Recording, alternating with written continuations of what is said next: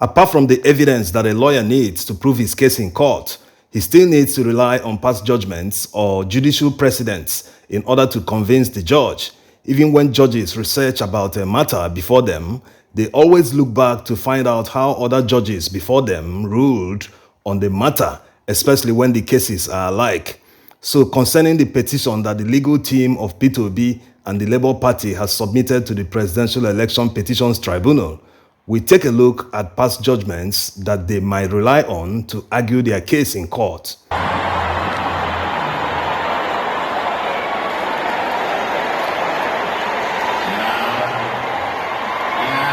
Loud ovation for P2B at the 1 year in office celebration of Soludo at the International Conference Center, Awka, Anambra State. Okay, let's quickly see the first one, which coincidentally, the lead judgment was read by the current Chief Justice of Nigeria, His Lordship Olukayode Ariwola. On the table, you will see other Supreme Court judges that presided on the case and delivered the judgment. This case in point was an appeal that was brought by Sani Abacha's son, Mohammed Abacha, against the Federal Republic of Nigeria. Having lost at the appeal court, he came to the Supreme Court as the last resort. On that day, Friday, 17th January 2014, the Supreme Court upheld the judgment of the Court of Appeal and ruled that forfeiture connotes punishment for a crime committed and its effect is instantaneous. That forfeiture is a form of punishment. So how does this relate to the petition submitted to the Court of Appeal by the legal team of P2B and the Labour Party?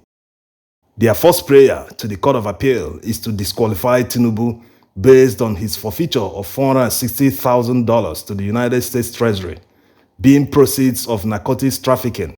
And when you look at the judicial precedent set by this Supreme Court judgment, where they described forfeiture as a form of punishment, it becomes difficult for a judge not to disqualify Tinubu. One might also ask why Tinubu didn't sue the US government at the time in order to recover his money, if he truly believed that he didn't deserve the punishment or that the money was not a proceed of crime. And if he didn't sue, that means he accepted the forfeiture and punishment as deserving. Now, let's look at the time this punishment was handed to Tinubu by the US authorities. Tinubu forfeited the $460,000 in 1993. That's about 30 years ago. Anyway, it doesn't matter when he did it because criminal offense doesn't have a statute of limitation. It is also a moral burden for a judge that will try to circumvent that, because how can you prove that the criminal in question is still not into the crime he was convicted of? Also, why must it be someone with a prior conviction when there are millions of other Nigerians without such a burden? Anyway, before we see the next one, let's make a quick comparison between the Mohammed Abacha case and that of Tinubu. Mohammed Abacha forfeited millions of dollars to the United States, Europe, and other assets in Nigeria.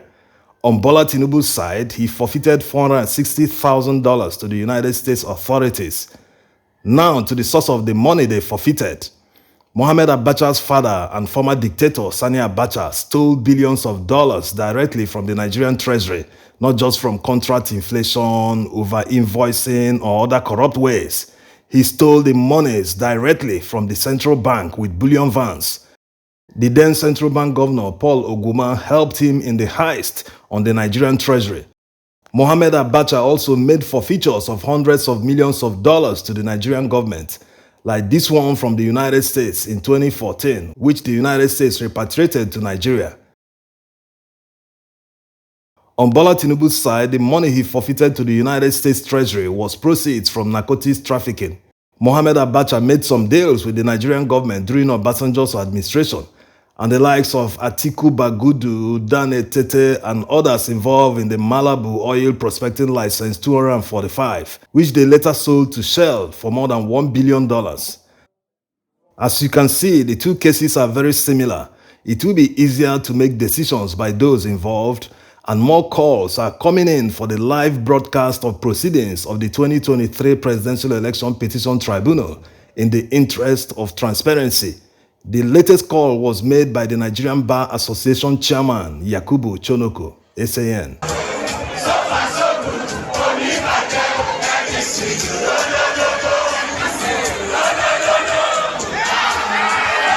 Another judicial precedent that will serve as a pointer to what Nigerians will expect at the Presidential Election Petitions Tribunal when proceedings start is the recent victory of the governor of Osun State, Ademola Adeleke, over Oyetola of the APC and the former governor of Osun State, and of course his opponent at the last year's governorship election.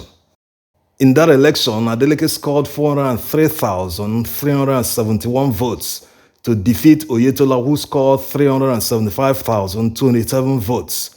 Of course, you are aware Oyetola challenged Adeleke's victory at the Osun State Election Petitions Tribunal, which delivered judgment in his favor in a majority decision, not unanimous. The judges voided all the votes in areas where they said that there was overvoting. And after recalculating the votes, Oyetola became the winner and was so declared. Now to the one that interests us, which is this appeal that Adeleke won. The Court of Appeal, in a unanimous decision, ruled that the preponderance of proof that there was overvoting in the election rested on the petitioner. And most importantly, the court ruled that the BVAS machine remains the primary source of accreditation data.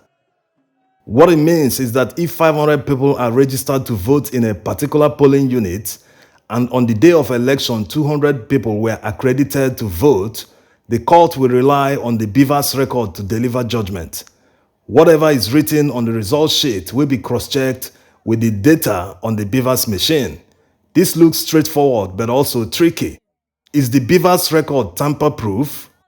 If the accreditation data can be tampered with after the elections, they can use the method to legitimize a rigged election. If the Presidential Election Petitions Tribunal will follow this principle when the hearing starts, and considering the fact that INEC hasn't allowed the Labour Party legal team to inspect the BVAS data, what could possibly go wrong? Anyway, we hope that common sense will prevail, especially when other ways of knowing the true number of accredited voters exist, like videos of the polling units and other copies of polling units results from other party agents. Next is the recent judgment of the Court of Appeal, where they quashed PDP's double nomination challenge on Shettima and the APC. The court ruled that they do not have local standi. Remember that this is one of the grounds that the Labour Party legal team are relying on and praying the court to consider and disqualify the duo of Tinubu and Shettima. Obviously, the PDP as a party do not have the legal basis to challenge the double nomination of Shettima according to the law. It is a candidate in an election that can challenge that, but the court also termed it an internal party affair and not justiciable. This is where it gets tricky. Will the Presidential Election Petitions Tribunal see it the same way? Even if one were to establish local standi, will they still term it an internal party affair? The electoral law frowns at double nomination and non-participation in party primaries, so the electoral law makes it mandatory and political parties must obey the law. Anyway, we've seen this kind of ruling in recent past, although the no legal basis should be taken as the main reason the appeal court rejected the prayers of PDP. It is also worthy to note that during this election cycle, 2 APC senators who didn't participate in senatorial primaries were later declared rightful winners of the primary elections. No matter the spin on this, the electoral law doesn't allow this in any way.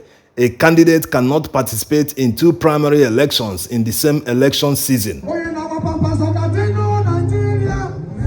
As you can see from the few examples, there are many of such judicial precedents that the legal team, judges, and the defendants may rely on to prove their case. The most important one is the Mohammed Abacha appeal, where it seems that the Supreme Court foresaw this petition of Peter Obi and the Labour Party from way back in 2014.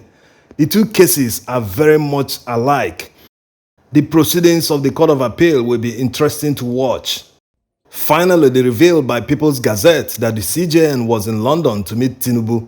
They've been partially vindicated because the CJN said it himself that he was in London at the time the story broke, but for a medical trip.